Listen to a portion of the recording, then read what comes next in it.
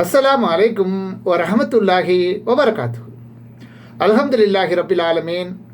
வஸ்ஸலாத்து வஸ்ஸலாம் அலா அஸ்ரஃபில் அம்பியாய் முர்சலீன் நபியனா முஹம்மத் வ ஆலிஹி வசாபிஹி அஜ்மயீன். அம்மாபாத். கண்ணியத்துக்குரிய எல்லாம் வல்ல அல்லாஹு ஜல்லசானு தாலாவின் நல்லடியார்களே, அன்புக்கினிய சகோதர சகோதரிகளே, பிரமத அன்பர்களே, நண்பர்களே, உங்கள் அனைவரின் மீதும் ஏக இறைவனுடைய சாந்தியும் சமாதானமும் என்றென்றும் நிலவ பிரார்த்திப்பதோடு நான் சங்கை அப்துல் அஜீஸ். அல்லாஹ்வுடைய அருளால் அனைவரும் மிக நலமாக இருப்பீர்கள் என்று நம்புகிறேன். அல்ஹம்துலில்லாஹ். எல்லா புகழும் அல்லாஹ்வுக்கே. இது தவறான நம்பிக்கைகள் சம்பந்தமான தொடர் காணொலியில் பாகம் 3. இந்த 3வது பாகத்தில் சபர் மாதம் பீடையா என்பதை பற்றி நாம் தெளிவாக அறிந்து கொள்ள இருக்கிறோம். ஹிஜ்ரி 1447 மாதம் சஃபர் 2வது மாதம். முஹர்ரம் மாதத்துக்கு அடுத்தபடியாக வருகின்ற 2வது மாதமாகிய சபர் மாதத்தில் முஸ்லீம்கள் பல்வேறு இஸ்லாத்துக்கு எதிரான காரியங்களை செய்து கொண்டு, பாவமான காரியங்களை செய்து கொண்டு அல்லாஹ்வின் கோபத்திற்கு ஆளாகக்கூடிய நிறைய விஷயங்களை செய்து கொண்டிருக்கிறார்கள். இதை அவர்கள் அறிந்து செய்கிறார்களா அல்லது அறியாமல் செய்கிறார்களா என்பது அல்லாஹு ஆலம். எனவே சரியான செய்திகளை குர்ஆனிலிருந்தும் அதீதுகளிலிருந்தும் மக்களுக்கு எடுத்து சொல்ல வேண்டிய, நினைவூட்ட வேண்டிய கடமை நமக்கு இருக்கிறது. அந்த அடிப்படையில் இந்த காணொலியை நம்ம பதிவு செய்கிறோம். சபர் மாதத்தை பீடை மாதமாக கருதுவதற்கு, இந்த சபர் என்ற இந்த மாதத்தை அது பீடை மாதமாக கருதுவதற்கு மார்க்கத்தில் எல்லளவும் எந்தவித ஆதாரமும் இல்லை. மாறாக சபர் மாதத்தை பீடை மாதமாக கருதக்கூடாது என்றுதான் மார்க்கம் நமக்கு கற்றுத்தருகிறது. முதலாவதாக நாம் சபர் மாதமும் முஸ்லீம்களின் நிலைப்பாடுகளும் என்ன என்பதை முதல்ல தெரிந்து கொள்வோம். இஸ்லாமிய மார்க்கம் ஒரு அறிவார்ந்த மார்க்கமான மாற்று மதத்தவர்கள் கூட கூறிக்கொண்டிருக்கும் இந்த நேரத்தில் முஸ்லீம்களில் பலர் இப்படிப்பட்ட மூட பழக்க வழக்கங்களை மார்க்கத்தின் பெயரால் அரங்கேற்றி வருகிறார்கள், செய்து கொண்டிருக்கிறார்கள். இஸ்லாமிய மார்க்கம் பகுத்தறிவு மார்க்கம். ஆனால் இன்று முஸ்லீம்கள் தாங்கள் செயல்பாடுகளால் இஸ்லாத்தை பற்றி மற்ற மக்களிடம் தவறான எண்ணத்தை தோற்றுவித்து விடக்கூடிய இது போன்ற விதவிதான காரியங்களை செய்து கொண்டு இருக்கிறார்கள். குறிப்பாக சகுனம் பார்க்குறது. சகுனம் தெரியும் தானே? அதுக்குன்னு சிலர் இருக்கிறார்கள். ஏன்னா அந்த மக்களை ஏமாற்றி பிழைப்பு நடத்தக்கூடிய சிலர் இருக்காங்க இல்லையா? அவர்கள்ட்ட போய் சகுனம் பார்க்குறது, ஜோதிடம் பார்க்குறது, நல்ல நாள் பார்க்குறது, கெட்ட நாள் பார்க்குறது போன்ற காரியங்களை வேறு எந்த மார்க்கமும் தடுக்காத அளவுக்கு இஸ்லாம் தடை செய்துள்ளது என்பதை அறியாமல் இவர்கள் இப்படிப்பட்ட ஒரு கேவலமான வேலையை செய்து கொண்டு இருக்கிறார்கள். நல்ல நாள் கெட்ட நாள் என்பதை அல்லாஹ் அல்லாமல் வேறு யாருக்கு தெரியும்? படைச்சவன் அவன். நாளும் நேரத்தையும் எல்லாத்தையும் ஏற்படுத்தி கொடுத்தவன் அவன். இதை இவங்க போய் குறி பார்க்குறேன், ஜோதிடம் பார்க்குறேன், நல்ல நாள் பார்க்குறேன், கெட்ட நேரம் பார்க்குறேன்னு சொல்லி செய்கிறா இருந்தால் இது எப்படிப்பட்ட ஒரு வேலைங்கிறத நாம் சிந்திச்சு பார்க்கணும். நம்மை போன்ற ஒரு மனிதன், நம்மை போன்று மலஜலத்தை சுமந்து கொண்டு இருக்கின்ற ஒரு மனிதன், நம்மை போன்ற அனைத்து விதமான பலகீனங்களுக்கும் சொந்தக்காரனாகிய மனிதன், அவனுக்கு எப்படிங்க அது தெரியும்? அவனுக்கு அந்த தகுதி இருக்கா என்பதையெல்லாம் நமது மக்கள் சிந்தித்து பார்க்காமல் இது போன்று இஸ்லாத்திற்கு முரணாக முஸ்லீம்கள் செய்யும் காரியங்களில் ஒன்றுதான் சபர் மாதத்தை பீட மாதம் என்று கருதுவது. இன்று முஸ்லிம்கள் சபர் மாதத்தை பீட மாதமாக, கெட்ட மாதம், அது ஒரு பீடை மாதமாக கருதுகிறார்கள். இந்த மாதத்தில் பீடையை கழிப்பதாக எண்ணிக்கொண்டு பலர் கடற்கரைக்கு சென்று மூழ்கி வருகிறார்கள். அதில் பலவிதமான சம்பிரதாயங்கள், சடங்குகள் செய்கிறார்கள். இன்னும் பலர் புல்வெளிகளுக்கு சென்று புற்களை மிதிக்கிறார்கள். சபர் குழி என்ற பெயரில் ஆற்றில் போய் குளித்து பீடையை நீக்குகிறார்களாம். இன்னும் சிலர் மாவிலைகளில் சலாமுன் கவுலும் மிர் ரப்பிர் ரஹீம் என்ற திருக்குர்ஆனின் ஒரு வாசகத்தை எழுதி அதனை நீரில் கரைத்து குடிப்பார்கள். இப்படி குடித்தால் தாங்களுக்கு ஏற்பட்ட துன்பம் நீங்கும் என்றும் நம்புகிறார்கள். இன்னும் சில இடங்களில், பல இடங்களிலும் பல மாதிரி, இன்னும் சில இடங்களில் பிரத்யோகமாக பீடையை போக்குவதற்காகவே கொழுக்கட்டைகளை செய்து அதை பீடை பிடித்தவரின், அதாவது பீடை பிடித்தவரின் தலையில் கொட்டுவார்கள். இது போன்ற ஏராளமான மூட நம்பிக்கைகளை மாற்று மதத்திலிருந்து காப்பி அடித்துக்கொண்டு நம்மளுடைய சமுதாய மக்கள் இங்கேயும் இதற்கும் ஒரு பெயரை வைத்து இப்படிப்பட்ட வேலைகளை செய்து கொண்டு இருக்கிறார்கள். இது அனைத்திற்கும் காரணம் என்னவென்றால், நாங்கள் முஸ்லீம் என்று சொல்லக்கூடியவர்கள், நாங்கள் பின்பற்றக்கூடிய தீன் நுல் இஸ்லாம் என்று நினைக்கக்கூடியவர்கள், அந்த இஸ்லாம் நமக்கு சொல்லி தந்திருக்கிறதா? அந்த இஸ்லாத்தை அல்லாஹு ரப்புல் ஆலமீன் யார் மூலமாக நமக்கு போதித்தானோ அப்படி அனுப்பப்பட்ட இறை தூதர் ஸல்லல்லாஹு அலைஹி வஸல்லம் அவர்கள் நமக்கு இப்படி கற்றுக் கொடுத்திருக்கிறார்களா என்று சிந்திக்கிறதுக்கு இவங்களுக்கு நேரம் இல்லை. மேலும் சபர் மாதத்தில் கல்யாணம் போன்ற நல்ல காரியங்களை கூட தள்ளி வைத்து விடுவார்கள். இன்று சபர் மாதம் பீடை மாதமாக கருதப்படுவதைப் போலவே அன்று நபிகள் நாயகம் ஸல்லல்லாஹு அலைஹி வஸல்லம் அவர்கள் அந்த மக்களுக்கு முன்னால் வாழ்ந்த காலத்தில் 1447 ஆண்டுகளுக்கு முன்னால் கூட அரபியர்களிடத்தில் சவ்வால் மாதமும் சபர் மாதமும் பீடையாக கருதப்பட்டு வந்தது என்பதற்கு ஆதாரம் இருக்கிறது. அப்படிப்பட்ட அந்த பீடை மாதம் கிடையாது என்பதை உணர்த்தும் வண்ணமாக தன்னை நபிகள் நாயகம் ஸல்லல்லாஹு அலைஹி வஸல்லம் அவர்கள் இந்த சபர் மாதத்தில் தான் திருமணம் செய்தார்கள், இந்த சபர் மாதத்தில் தான் உடலுறவும் கொண்டார்கள் என்று அன்னை ஆயிஷா ரலியல்லாஹு அன்ஹா அவர்கள் அறிவிக்கக்கூடிய செய்தியை தெளிவான நபிமொழிகளில் பார்க்குறோம். ஜாஹிலியா மூடர்களுடைய காலத்தில் வாழ்ந்த மக்கள் சபர் மாதத்தை பீட மாதமாக கருதினார்கள். ஆனால் நபிகள் நாயகம் ஸல்லல்லாஹு அலைஹி வஸல்லம் அவர்கள் இவ்வாறு பீடையாக கருதுவது தவறு என்று அதை மறுத்து கூறியிருக்கிறார்கள் என்ற செய்தியை அபுதாவுதில் நீங்கள் பார்க்கலாம்.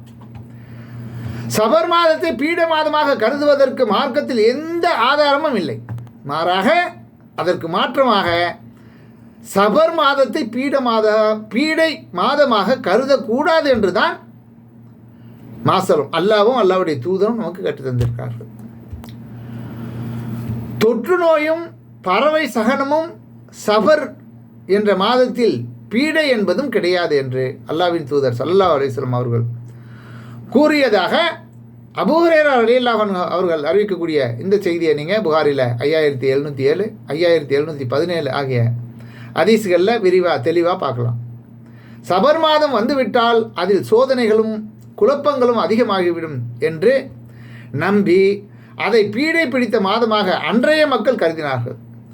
இந்த மூட நம்பிக்கையை ஒழிக்கும் வகையில் நபிகள் நாயகம் ஸல்லல்லாஹு அலைஹி வஸல்லம் அவர்கள் சபர் என்பது இல்லை என்று கூறியிருக்கிறார்கள். அடுத்தது, கெட்ட நாள் உண்டா? நாட்களில், இறைவன் படைத்த நாட்களில் ஏதாவது கெட்ட நாள்னு ஒன்று சொல்ல முடியுமா? அனைவருக்கும் கெட்ட நாள்னு சொல்ல முடியுமா? சொல்ல முடியாது. ஏனென்றால் அல்லாஹ் ரப்புல் ஆலமீன் சொல்லி காட்டுகிறான், காலத்தை நல்ல காலம் கெட்ட காலம் என்று பிரிப்பது தவறாகும் என்று. இதுக்கு ஒரு அடிப்படை இருக்குங்க. இப்போ ஹூத் அலைஹிஸ்ஸலாம் அவர்களுடைய வரலாறை ஷார்ட் வீடியோ மேலாக பதிவு செய்துக்கிட்டு இருக்கிறான், தொடர்ச்சியாக பார்த்துக்கிட்டு இருப்பீங்க.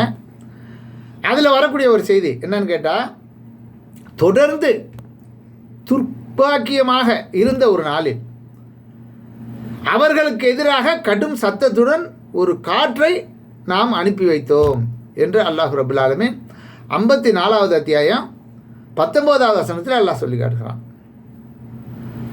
ஆது சமுதாயத்தை அழிப்பதற்காக இறைவன் ஒரு கெட்ட நாளில் அல்லாஹ் ஒரு காற்றை அனுப்பி வைத்தான், அவர்களை அழிப்பதற்காக. அந்த நாளை பற்றி அல்லாஹ் சொல்லும்பொழுது அது ஒரு கெட்ட நாள் அப்படின்னு அல்லாஹ் சொல்லி காட்டுறான். அப்போ இதை வச்சு தான் நல்ல நாள் கெட்ட நாள் இருக்குது பாருங்கள் குரான்லேயே இருக்குன்னு சொல்லி ஒரு என்று சொல்லி சில மூட கூட்டம் மார்க்கத்தை குரானிலிருந்து விளங்காமல் அல்லாஹ்வுடைய தூதர் ஸல்லல்லாஹு அலைஹி வஸல்லம் அவர்களுடைய விளக்கத்தின் மூலமாக அறிந்து கொள்ளாமல் எவங்கிட்டயோ போய் 7 வருஷம் மண்டிக்கிட்டு அங்கே கொட்டி கடந்து அவனும் சொல்கிறதெல்லாம் அப்படியே எழுதிக்கிட்டு மனப்பாடம் பண்ணிட்டு வந்து மக்களுக்கு முன்னால் போதித்து கொண்டிருக்கிறார்கள அவர்கள் செய்த வேலை என்னவா? நகசு பார்க்குறது. ஒரு நகுசான நாளில் அல்லாஹ் அவர்களை அழிச்சானா. அதை பற்றி அல்லாஹ் ரப்பல் ஆலமீன் தெளிவாக சொல்லிவிட்டான். எது? அது ஒரு நாளில் அனுப்பப்பட்டது இல்லை. 7 பகல் 8 இரவு. அப்போ 7.5 நாள் அவர்களுக்கு எதிராக ஒரு காற்றை அனுப்பினான். அது வீசியது. அந்த காற்றிலிருந்து மனிதருக்கும் என்ன கிடைக்கணுமோ அது இல்லாத ஒரு மலட்டு காற்றை அழித்து அந்த மக்களை அழித்ததாக அல்லாஹ் சொல்கிறான். அது 8 பகல் 7 இரவு. ஆக வாரம் முழுவதிலும் தான். இதிலிருந்து இவர்கள் என்ன பண்ணுறாங்க? அந்த ஒடுக்கத்தி புதன் என்ற ஒரு இதை ஏற்படுத்தியிருக்காங்கல்ல, ஒடுக்கத்து புதன். அதாவது மாதத்தில் இறுதி புதன் வந்து என்ன கழிப்பு கழிக்கிறது தான், எல்லா பீடையும் கழிப்பாங்களாம் அப்படின்னு சொல்லி ஒடுக்கத்து புதனுங்கிறத சொல்கிறாங்களே. இங்கே சனி ஞாயிறு திங்கள் செவ்வாய் புதன் வியாழன் வெள்ளி சனி ஆகிய 8 7 நாள்னு வச்சுக்கலாம். 7 பகல் 8 இரவுன்னு வச்சுக்கோங்க. என்ன அப்படி இருக்கிற அத்தனை நாட்களையுமே அவர்களுக்கு கெட்ட நாளாக எல்லாம் ஆக்கணும். யாருக்கு அது கெட்ட நாள்? உலகத்துக்கா? உலக மாந்தர்கள் அனைவருக்குமா? இல்லை. அந்த ஆது சமுதாயத்தில் அநியாயம் செய்யப்பட்டவர்கள், அல்லாஹ்வை நம்பாதவர்கள் மட்டும்தான் அப்படிப்பட்ட ஒரு நாளாக அல்லாஹ் ஆக்கணும். அதே நாள் நம்ம ஹூத் அலைஹிஸ்ஸலாம் அவர்களுடைய நபிக்கும் அவர்களை ஈமான் கொண்ட மக்களுக்கும் நல்ல நாள் இருந்துச்சா இல்லையா? இருந்துச்சு.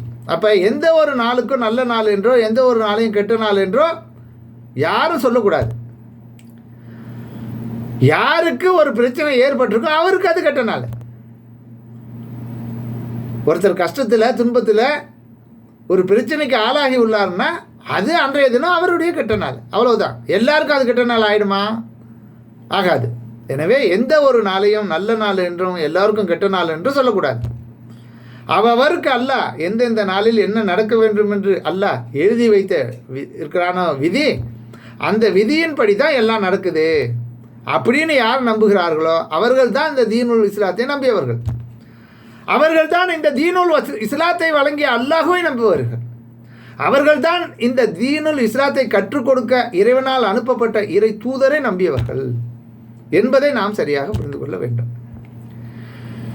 பீடை நாள் உண்டு என்பதற்கு ஆதாரமாக இந்த ஒரு வசனத்தை இவர்கள் எடுத்துக்கொண்டு இது போன்று எந்த ஒரு அர்த்தமும் இல்லாத பல காரணங்களை இவர்களாக கற்பனை செய்து கொண்டு மக்கள்கிட்ட தீய எண்ணங்களை விதிக்கிறார்கள். இந்த வசனத்தில் நகஸ் பார்க்குறது, இதுதான் நகஸுங்கிறது அரபுங்கிற வார்த்தை. சரியா? அதாவது பீடை. நகஸுன்னா பீடையாம். இந்த பீடை நாளில் ஆது சமுதாயத்திற்கு தண்டனை வழங்கப்பட்டதாக கூறப்படுகிறது இல்லையா?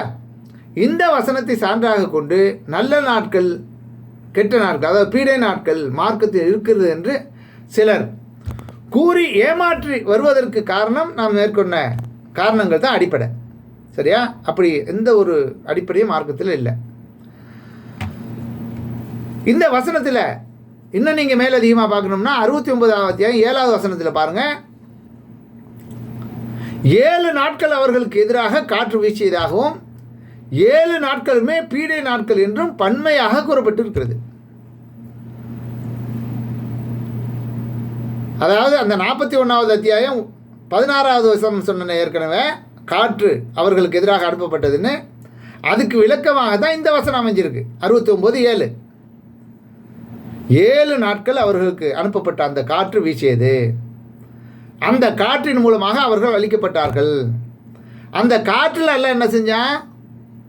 அதை மலட்டு காற்றாக ஆக்கி அவர்களுக்கு கிடைக்க வேண்டிய ஆக்சிஜன் கிடைக்காம போய் நெஞ்சு வெடிச்சு என்ன ஒவ்வொருத்தரும் தங்களுடைய வீடுகளில் அழிந்து கிடந்தார்கள். அவருடைய குடியிருப்புகளுக்கு எதுவுமே ஆகலை. அவ்வளோ பேரும் செத்த பணமாக குப்பைகளாக வீட்டுக்குள்ளே கிடந்தாங்களே தவிர அவர்கள் வீடோ இருந்த வசிப்பிடமோ ஒன்றுமே ஆகலை. அப்படிப்பட்ட ஒரு காற்று, அந்த காற்று மலட்டு காற்று என்று அல்லாஹ் சொல்லுகிறான். 7 நாட்களில் எல்லா கிழமைகளுமே அடங்கும். இவர்களுடைய இந்த குருட்டுவாதப்படி எந்த கிழமையும் நல்ல கிழமை என்று சொல்ல முடியாது. அதாவது 365 நாட்களுமே பீடை நாட்கள் என்று இவர்கள் முடிவு செய்ய வேண்டிய நிலைக்கு தள்ளப்படுவார்கள். மேலும் அந்த நாட்களில் தீயவர்கள் மட்டும்தான் தண்டிக்கப்பட்டார்கள் என்பதை கவனத்தில் கொண்டு நல்லவர்கள் காப்பாற்றப்பட்டு இருக்கிறார்கள், நல்லவர்களுக்கு அது பீடை நாட்களாக இல்லை, அவர்களுக்கு நல்ல நாட்களாக இருந்திருக்கிறது. இதையெல்லாம் நாம் சிந்தித்து சீர்தூக்கி பார்த்து எந்த ஒரு காரியத்தை செய்வதாக இருந்தாலும் இறைவன் வழங்கிய அறிவை முறையாக பயன்படுத்தி செயல்பட வேண்டும். அதில் குறை வைத்து விட்டு செய்யக்கூடியவர்களுடைய செயல்கள் தான் இங்கே நாம் சுற்றி காட்டக்கூடிய செயல்கள் என்பதை கவனத்தில் கொள்ள வேண்டும். எல்லா மனிதர்களுக்கும் நன்மை மட்டுமே தருகிற எந்த நாளும் உலகில் இல்லை. அதே போல எல்லா மனிதர்களுக்கும் தீமை செய்யும் ஒரு நாளும் உலகத்தில் இல்லை. இந்த வசனத்தை சான்றாக கொண்டு நாங்கள் நல்ல நாட்கள் கணித்து தருகிறோம் என்று கூறிக்கொண்டு அதன் மூலமாக பிழைப்பு நடத்தி கொண்டிருக்கக்கூடியவர்கள் இது நல்ல நாள் இது கெட்ட நாள் என்பதை எப்படி கண்டுபிடித்தார்கள் என்பதை நாம் சிந்திக்க வேண்டாமா? நம்ம விட அவனுக்கு என்ன அவ்வளவு சிறப்பாக போயிடுச்சு, வேற என்ன வித்தியாசமாக பார்க்குறீங்க? அவனுல ஏமாற்றி நம்மகிட்டேருந்து பணம் காசை பறிப்பது காட்டில் வேற என்ன இருக்கு அவனுகிட்ட? அல்லாவே இதற்கு சான்றாக திருமறை குர்ஆனில் சொல்லி காட்டுறான். திருமறை குர்ஆன், அதாவது இவர்கள் கண்டுபிடிச்ச இந்த மாதிரியான கெட்ட வேலைகளுக்கு குர்ஆன் எந்த வசனம் ஆதாரமாக இருக்கு? அப்படியாவது நம்ம யோசிச்சு பார்க்கணுமா இல்லையா? எந்த நபிமொழி இதற்கு ஆதாரமாக இருக்குன்னு யோசிச்சு பார்க்கணுமா இல்லையா? இவர்கள் சொல்லக்கூடிய இந்த பீடை என்பதற்கு மாற்றமாக பீடை இல்லை என்பதை தானே அல்லாஹ்வின் தூதர் ஸல்லல்லாஹு அலைஹி வஸல்லம் தெளிவாக சொல்லி காட்டுறாங்க. அறிவுபூர்வமாக அன்னை ஆயிஷா ரலியல்லாஹு அன்ஹா அவர்கள் உங்களுடைய வாழ்க்கையில் நடந்த ஒரு சம்பவத்தையும் சொல்லி காட்டுறாங்கல்ல. எதை நீங்கள் பீடை மாதம் அது நல்ல மாதம் கிடையாதுன்னு சொல்கிறீங்களோ அந்த மாதத்தில் தான் அல்லாஹ்வுடைய தூதர் ஸல்லல்லாஹு அலைஹி வஸல்லம் அவர்கள் என்னை திருமணம் செய்தார்கள் என்று சொல்கிறார்களே. கெட்டு போயிட்டாங்களா? அவங்களுக்கு இருந்த மனைவிகளிலே அதிகம் நேசிக்கப்பட்டவர்கள் அவங்க தானே, யார்? நபி ஸல்லல்லாஹு அலைஹி வஸல்லம் அவர்கள் மூலமாக. இதெல்லாம் நம்ம சிந்தித்து சீர்தூக்கி பார்க்கணும். உலகத்துக்கு நல்ல நாள் பார்த்து கூறுவதாக சொல்லிக் கொண்டு இருப்பவர்கள் ஒரு நல்ல நாளை பார்த்து கொள்ள, அவர்களுக்கு ஒரு நல்ல நாளை பார்த்து கொள்ள ஏன் முடியல? அவர்களில் அதிகமானவர்கள் தரித்திரம் பிடித்து அலைகிறார்களே, 10 கொடு 5 கொடுன்னு. இப்படிப்பட்ட நிலையில் தானே அவர்கள் இருக்கிறார்கள் என்பதை நாம் கவனத்தில் கொள்ள வேண்டாமா? அல்லாஹ் படைத்திருக்கக்கூடிய இந்த நாட்களை நல்ல நாள் கெட்ட நாள் என்று கூறுவது அல்லாஹுவை குறை கூறுவதும் குற்றமாகும் என்பதை நாம் புரிந்து கொள்ள வேண்டும். ஆதமுடைய மகன் என்னை நோவினை செய்கிறான். யார்? மனிதன். அல்லாஹ் சொல்லி காட்டுகிறான், ஆதமுடைய மகன் என்னை நோவினை செய்கிறான். எப்படி? நானே காலமாக காலத்தை படைத்து நீக்கிக் கொண்டிருக்கிறேன். அப்படிப்பட்ட நானே காலமாக இருக்க அவன் மனிதன் காலத்தை திட்டுகிறான். என் கையிலே ஆட்சி உள்ளது, இரவு பகலை நானே புரட்டி வருகிறேன் என்று அல்லாஹ் கூறுவதாக அல்லாஹ்வின் தூதர் ஸல்லல்லாஹு அலைஹி வஸல்லம் அவர்கள் கூறிய செய்தியை அபு ஹுரைரா ரலியல்லாஹு அன்ஹு அவர்கள் அறிவிக்கிறார்கள். புகாரில் 4826வது ஹதீஸில் நீங்கள் இதை பார்க்கலாம். எனவே குறிப்பிட்ட சில நாட்களை நாம் தீய நாட்கள் என்று பிரிப்பது, கெட்ட நாட்கள் என்று பிரிப்பது இறைவனின் கோபத்துக்குரிய செயல் என்பதை நம்ம புரிந்து கொள்ள வேண்டும். அதை அல்லாஹ் விரும்ப மாட்டான். அது கெட்ட செயல். கெட்ட நாள் என்பது, கெட்ட நேரம் என்பது கெட்ட செயல் என்பதை நம்ம புரிந்து கொள்ளணும். மேலும் நபிகள் நாயகம் ஸல்லல்லாஹு அலைஹி வஸல்லம் அவர்களின் வாழ்க்கையில் எண்ணற்ற துன்பங்கள் ஏற்பட்டது. அவர்களில் யாருமே அனுபவிக்காத அளவுக்கு பல துன்பங்களுக்கும் துயரங்களுக்கும் அவர்கள் ஆளானார்கள். என்றைக்காவது நபி ஸல்லல்லாஹு அலைஹி வஸல்லம் அவர்கள் தன்னை பிடித்த பீடை நீங்குவதற்காக கடற்கரைக்கோ அல்லது புல் மிதிப்பதற்கோ சென்றார்களா என்று சிந்தித்து பாருங்க. அப்படி எதுவும் இல்லை, அப்படி எதுவும் நடக்கல. எவ்வளோ கஷ்டம் வந்தாலும் துன்பம் வந்தாலும் பிரச்சனை வந்தாலும் அல்லாஹுவை தான் முழுமையாக நம்பி இருந்தார்கள். பீடை நாள் என்று கருதி நாம் எங்கு சென்றாலும் நமக்கு வரவேண்டிய துன்பம் வந்தே தீரும். இதில் இல்லலும் உங்களுக்கு சந்தேகம் வேணாம். அல்லாஹுவை தவிர வேறு யாரும் அதை நீக்க முடியாது என்பதை நாம் தெளிவாக விளங்கிக் கொள்ள வேண்டும். அதை பற்றி அல்லாஹ் ரப்பல் ஆலமீன் அற்புதமாக திருமறை குர்ஆனில் சொல்லி காட்டுகிறான். எப்படி? அல்லாஹ் உமக்கு, அதாவது நமக்கு, அல்லாஹ் உங்களுக்கு ஒரு தீங்கை அளித்தால் அவனை தவிர அதை நீக்குபவன் வேறு யாரும் இல்லை. உமக்கு அவன் ஒரு நன்மையை நாடினால் அவனது அருளை தடுப்பவன், அப்படிப்பட்ட அந்த நன்மையை தடுப்பவன் இந்த உலகத்தில் யாரும் கிடையாது. தனது அடியார்களில் அவன் நாடியவர்களுக்கு, அவனால் படைக்கப்பட்டு இருக்கின்ற அவனது அடியார்களில் தனது நாடியோருக்கு அதை அளிப்பான். அவன் மன்னிப்பவன், நிகரற்ற அன்புடையவன் என்று 10வது அத்தியாயம் 107வது வசனத்தில் அற்புதமாக ரத்தின சுருக்கமாக அல்லாஹ் சொல்லி காட்டுகிறான். தங்களை முஸ்லீம் என்று சொல்லக்கூடிய ஒவ்வொரு ஆணும் பெண்ணும் சரியாக இந்த வசனத்தை சீர்தூக்கி பார்க்க வேண்டும். அதிகமாக நம்மளுடைய செயல்களில் நாம் செய்யக்கூடிய அனைத்து காரியங்களுமே பிற மத கலாச்சாரங்கள். நம்ம வாழக்கூடிய பகுதியில்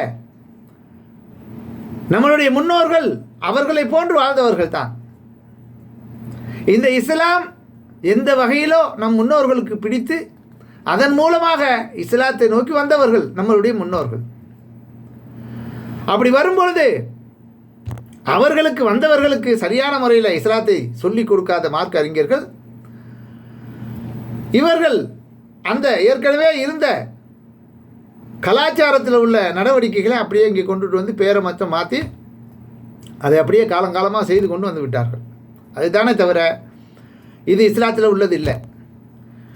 இஸ்லாமிய மார்க்கம் என்பது ஒரு அறிவுபூர்வமான மார்க்கம், அறிவார்ந்த மார்க்கமாக மாற்று மதத்தவர்கள் கூட சொல்லி கொண்டிருக்கிறார்கள். அப்படிப்பட்ட இந்த நேரத்தில் முஸ்லிம்களில் பலர் மூட பழக்க வழக்கங்களை மார்க்கத்தின் பெயரால் அரங்கேற்றி வருகிறார்கள். இந்த மூட பழக்க வழக்கங்களை அவர்கள் இஸ்லாமிய மார்க்கத்தில் இருந்து கற்றார்களா என்றால் நிச்சயமாக இல்லை.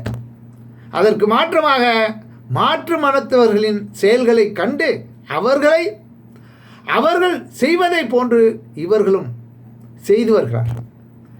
இப்படி மாற்று மத கலாச்சாரத்தை பின்பற்றக்கூடியவர்கள் நம்மை சார்ந்தவர்கள் அல்ல என்று அல்லாஹ்வின் தூதர் ஸல்லல்லாஹு அலைஹி வஸல்லம் அவர்கள் கூறியிருக்கிறார்கள் என்பதை நாம் ஒவ்வொருவரும்